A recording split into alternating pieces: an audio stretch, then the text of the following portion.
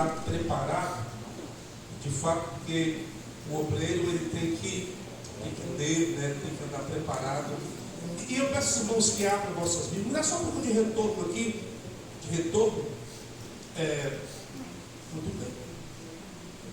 Olha Jesus, ela aumentou assim que o pastor dela foi evangelista, mas é bom, né? Jesus, porra boa. Eu sou presbítero, mas a mente é no retorno, viu? Brincando. Primeira carta de Pedro, capítulo de número 1. Meus irmãos, estou feliz por nessa noite estar aqui, mas eu não esperava a oportunidade de coração mesmo. Eu estava pensando que seria aqui nossos mestres aqui, até Josué. Josué é conhecido como príncipe, viu? Pode chamar de príncipe, viu? Né? É o príncipe dos pregadores, não é assim conhecido. A primeira carta de Pedro, Deus abençoe ao conjunto, departamento. O Jordão está lá, nós acatamos uma proposta do nosso presidente, pastor Zuguinho, nosso paizão aqui, de funcionarmos bimestralmente. Então, pastor Zuguinho, essa agora já é na Rua 25, né? Então, na segunda-feira desse mês de junho, né? Vai ser na Rua 25, e aí em julho vamos fazer tipo uma cruzada, né? Um campal. O pastor Chiquinho vai estar levando aí um pregador. Nós já estamos aqui mobilizando cantores e contamos com a presença também do Piratininga, tá bom? Só em julho, né? Lá no Jordão. E agora, em junho, nós vamos estar também lá na Rua 25, em nome de Jesus. Vamos lá. Meus irmãos, a primeira carta de Pedro, aqui o capítulo de número 1, o apóstolo Pedro, a gente vai ler alguns versículos aqui rapidamente e vamos comentar até dar o horário aqui, assim, uns 20 minutos, vai dar certo, tá bom? Pedro, apóstolo de Jesus Cristo, aos eleitos que são estrangeiros da dispersão, né?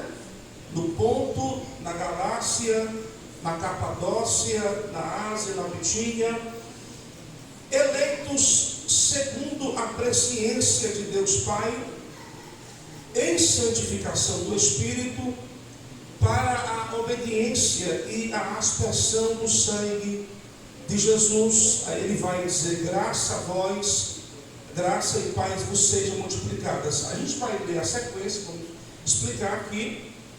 E eu fico muito alegre com o cenário em que o apóstolo Pedro escreve essa carta para os irmãos que estavam sofrendo assim uma perseguição. Irmãos, o crente ele enfrenta perseguição. A igreja no primeiro século era uma igreja muito perseguida, né?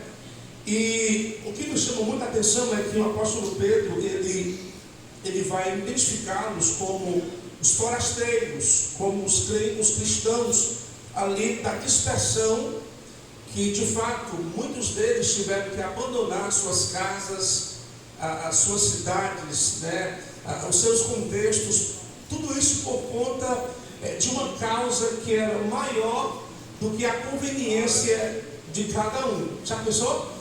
Abrirmos mão da nossa própria conveniência, da nossa própria prerrogativa, digamos assim, para sofrer por uma causa que é maior do que nós mesmos. Isso aqui é para crente, né, gente? O evangelho tem disso, não tem? O sofrimento faz parte também. E o apóstolo Pedro assim os caracteriza como os forasteiros, aleluia, os da dispersão. E que palavra trazer para o coração de cristãos que estão assim, sofrendo, dispersos?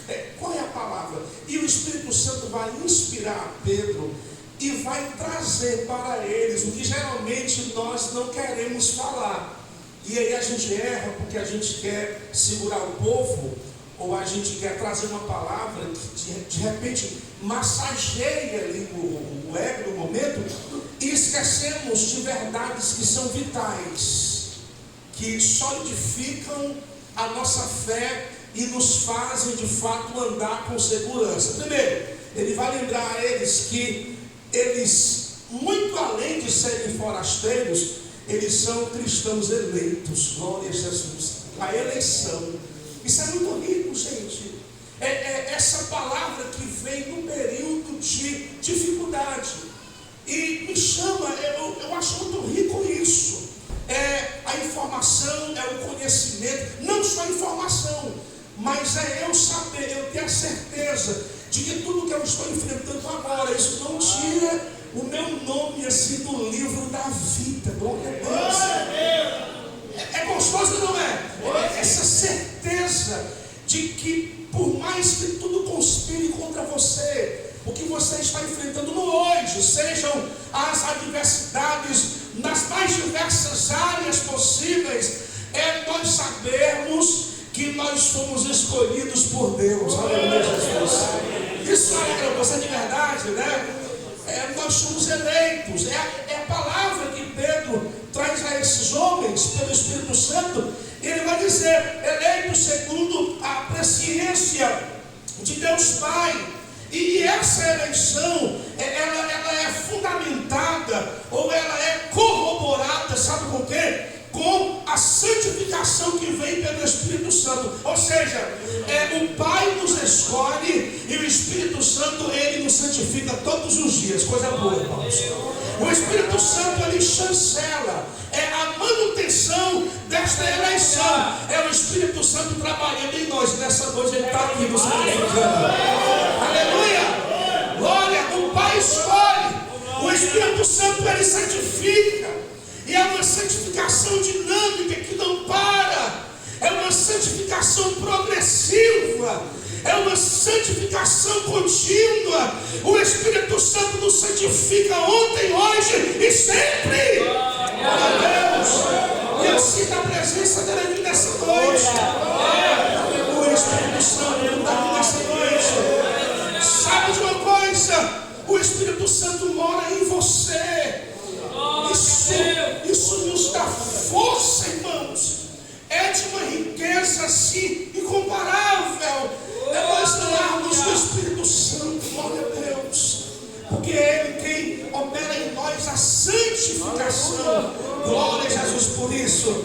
E Ele continua e fala assim: essa santificação, olha que riqueza, irmãos, olha que lógica, que profundidade é o que Pedro está dizendo. E ele fala assim: e essa santificação, a finalidade dela é para nos levar a uma obediência e também a uma aspersão do sangue de Jesus Cristo. Irmãos, o crente ele não obedece se ele não viver essa santificação pelo Espírito Santo.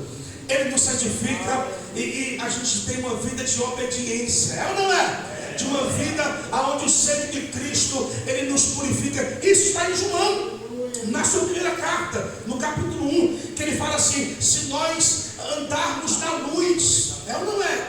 Como na luz ele está. Primeiro, nós teremos comunhão, e aí o sangue de Jesus Cristo, seu Filho, nos purifica de todo pecado. É ou não é? Diga assim: obrigado. Diga assim: obrigado, Jesus. Irmão, se não houver comunhão, não haverá se não houver essa luz, se nós não andarmos na luz, nós não teremos comunhão com o próximo. Então, o crente que não tem comunhão é porque ele está nas trevas. Glória a Jesus. Misericórdia, né? Porque tem irmãos que gostam de confusão, né? Tem irmãos que é assim, ele se lembra muito da prudência da serpente, mas esquece da pureza da pomba, né? E fala assim: olha, eu sou prudente como uma serpente, eu só espero o irmão vacilar para me dar o bote. Misericórdia.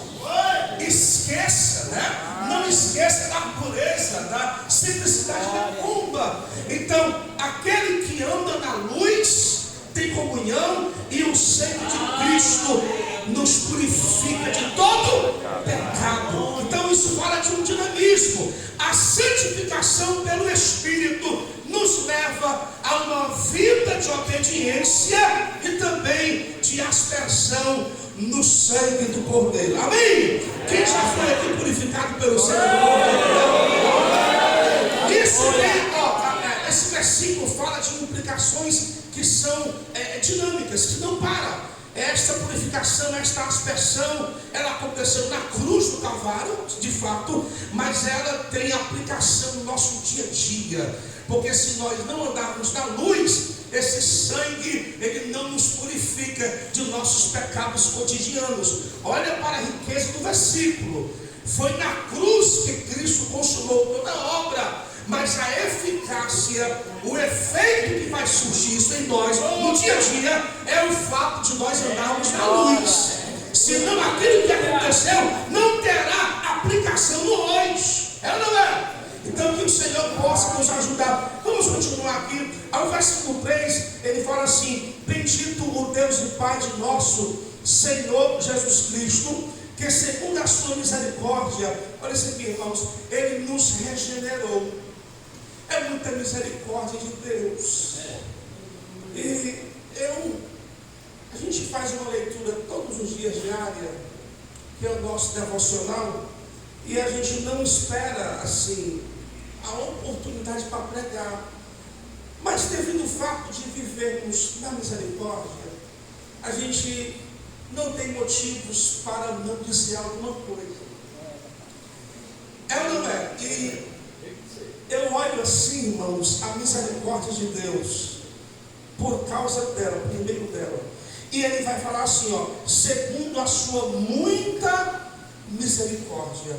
O apóstolo Paulo, quando escreve aos Efésios, capítulo 2, ele vai dizer que nós estávamos mortos em delitos, mas o Senhor, que é riquíssimo em misericórdia, se você quiser acompanhar, se você quiser ver o quanto Deus, ele não somente é misericordioso, ele é riquíssimo, ele é rico. É o versículo 4 de Efésios 2. Ele é riquíssimo em misericórdia, e isso tudo por causa do grande amor com que ele nos amou, estando nós mortos em nossos delitos. Foi o que ele fez? Ele nos deu vida juntamente com Jesus Cristo, seu Filho. A misericórdia de Deus é o motivo pelo qual nós estamos aqui nessa noite.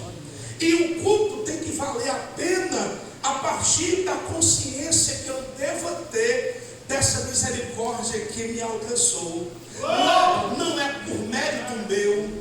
Logo, o culto não é para homens aqui nessa noite. O culto é para Ele. Logo, eu não mereço estar aqui. Então, é a sua misericórdia. Aleluia!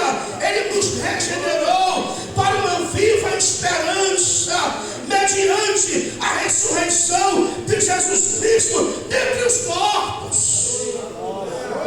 Cristo foi ressuscitado, está aqui, irmãos. E na sua ressurreição nós temos a esperança, uma esperança que não morre, uma esperança que é vívida, uma esperança que é vibrante, uma esperança que está acima de qualquer perspectiva humana. Nós sabemos para onde nós iremos, porque Cristo está vivo.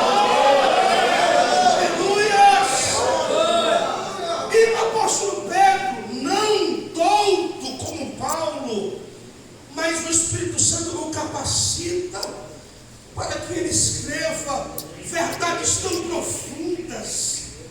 Gente, eu leio essas cartas aqui de Pedro, de Paulo, enfim, e eu fico abismado com a profundidade do Espírito Santo dada a homens simples. Ele vai dizer o seguinte: olha, vocês que estão dispersos, eleitos, foi pela muita misericórdia de Deus que Ele nos regenerou. Isso é muito forte. É saber que em meio às crises que nós vivemos, Pedro está falando de regeneração. E muitas vezes nós não levamos isso em conta, gente. Muitas vezes passamos despercebidos.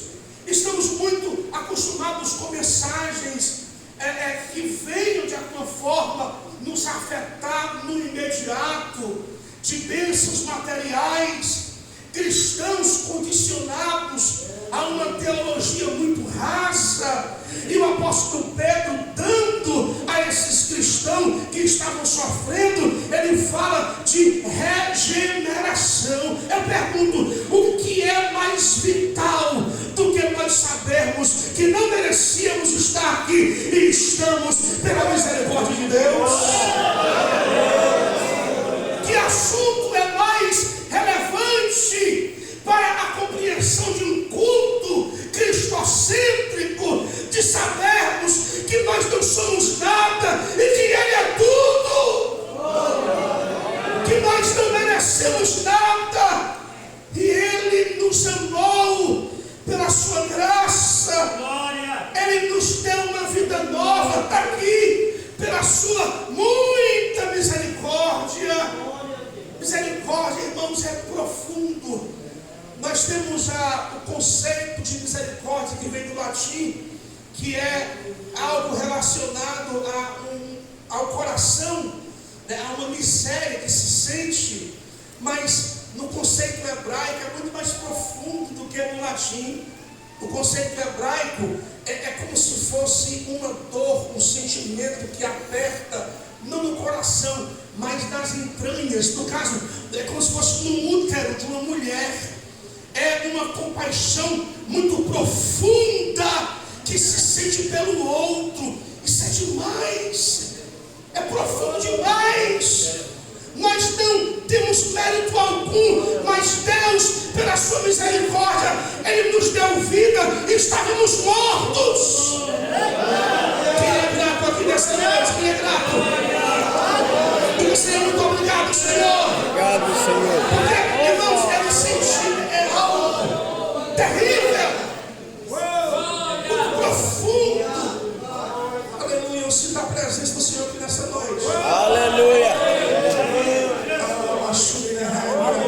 Meu Jesus, até fora. Tudo isso mediante ao fato de Cristo não estar morto, mas Ele ter sido ressuscitado dentre os mortos. Olha a teologia petrina de Pedro. Olha os links que ele faz aqui. Ele nos regenerou para uma viva esperança. E aí muitos de nós vivemos cabisbaixos, desanimados, por conta das oscilações humanas que nos afetam. Parece que nós esquecemos o que Pedro escreveu.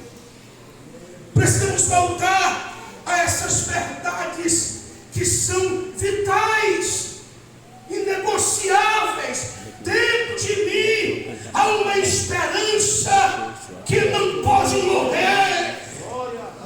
Dentro de mim existe aquilo que Paulo falou aos gentios, e ele diz: Cristo em vós, a esperança da glória. Aleluia. Por conta da ressurreição dele, a esperança viva nos é ofertada. Isso é muito forte, irmãos. E eu devo sentir isso, não somente saber disso, mas encarnar essas verdades, vivê-la com aplicações práticas para o meu dia a dia, de modo que alguém chega para você e o questiona a respeito da sua fé diante de alguma prova, e você diz: não, eu fui regenerado para uma esperança que não está morta, uma esperança viva, porque o meu Cristo, Ele foi ressuscitado. Irmãos, eu já vou encerrar. São tantas coisas aqui, tantas coisas. Ele vai dizer o seguinte, e eu preciso encerrar aqui, mas há muitas coisas aqui. O versículo 4, ele fala da herança incorruptível. No versículo 5, ele vacina, ele confirma, ele ratifica, né? Confirma esta esperança, esta herança do pacto. Ele fala assim: olha, vocês estão guardados, os 5, pelo poder de Deus, mediante a fé. Nós, olha a preciosidade, mediante a fé nós estamos guardados na virtude de Deus para a salvação preparada para revelar-se no último tempo.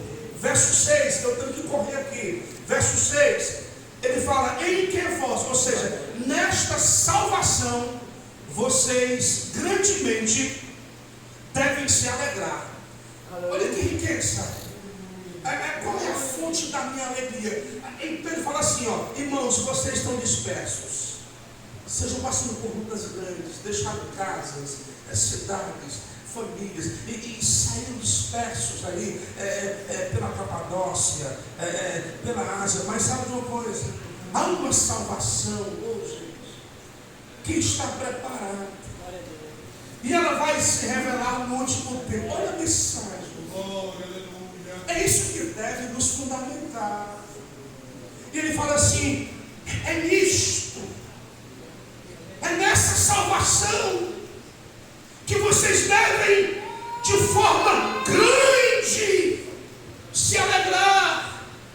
Não é em nada terreno, porque tem cristãos tentando se alegrar com aquilo que é efêmero, coisas fúteis, passageiras, banais, triviais, coisas dessa vida. E Paulo vai dizer que aquele que espera em Cristo somente para esta vida é o mais miserável dos homens. Irmãos, permitam-me, com muita humildade, eu falo isso para vocês aqui, que essa palavra é para mim também. Nós devemos nos alegrar no fato de que há uma salvação que já está preparada para nós. Eu pergunto: isso mexe com você? Mexe com você.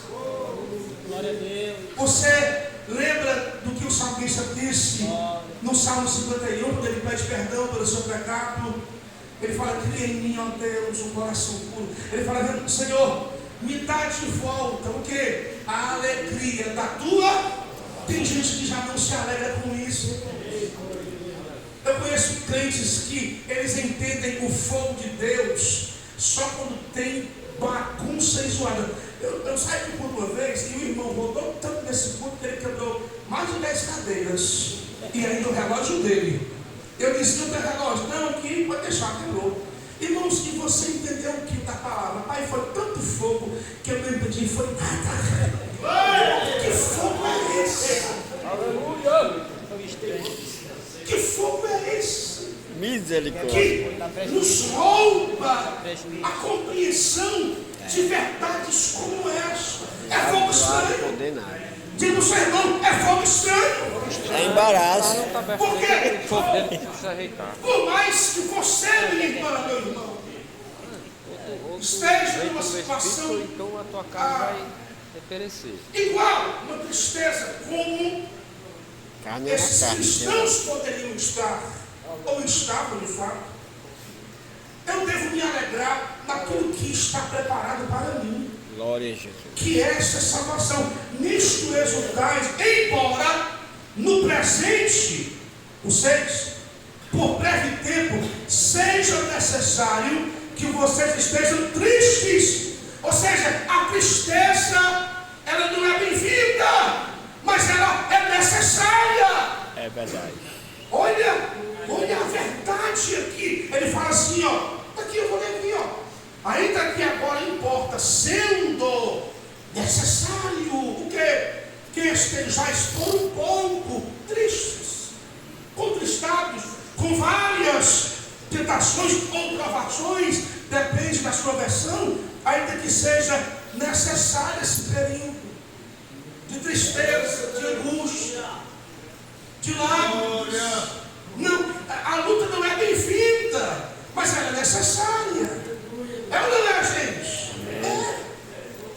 Ele fala assim, o 7, para que uma vez confirmado o valor da vossa fé, para que a prova da vossa fé, olha aí porque que a luta vem, para provar a fé. E essa fé, ela é muito mais preciosa do que o ouro, porque o ouro perece. O ouro é provado pelo fogo. Essa fé, que é mais preciosa do que o ouro, ela tem que ser achada em louvor. Diga, em louvor, em honra, em glória. Quando? No dia que o Senhor se revelar. Olha isso aqui. No dia que o Senhor se revelar, essa fé aí, que hoje é provada, ela deverá, não só nesse dia, tem que ser a partir de hoje, porque naquele dia ela deverá estar, ela deverá ser achada em louvor, honra e glória. Olha a fé. Naquele dia, ela tem que estar assim. Agora se não tiver, meu irmão, está ruim. Vira assim. Meu Deus do céu. Vamos encerrar. Versículo 8. Versículo 8. Ao qual não havendo visto, ao qual não o havendo, deixa eu pegar aqui. Isso, a quem não havendo visto, amais. Nós não vimos ele, mas nós o amamos. Está pensando esse amor, porque tu não viu? Convicção, muito bem. No qual não o vendo agora, ninguém está vendo agora, era para eles, mas para nós também, porque ninguém está vendo agora. Mas crendo, o crente não anda por vista, mas ele anda pela fé. Você não é?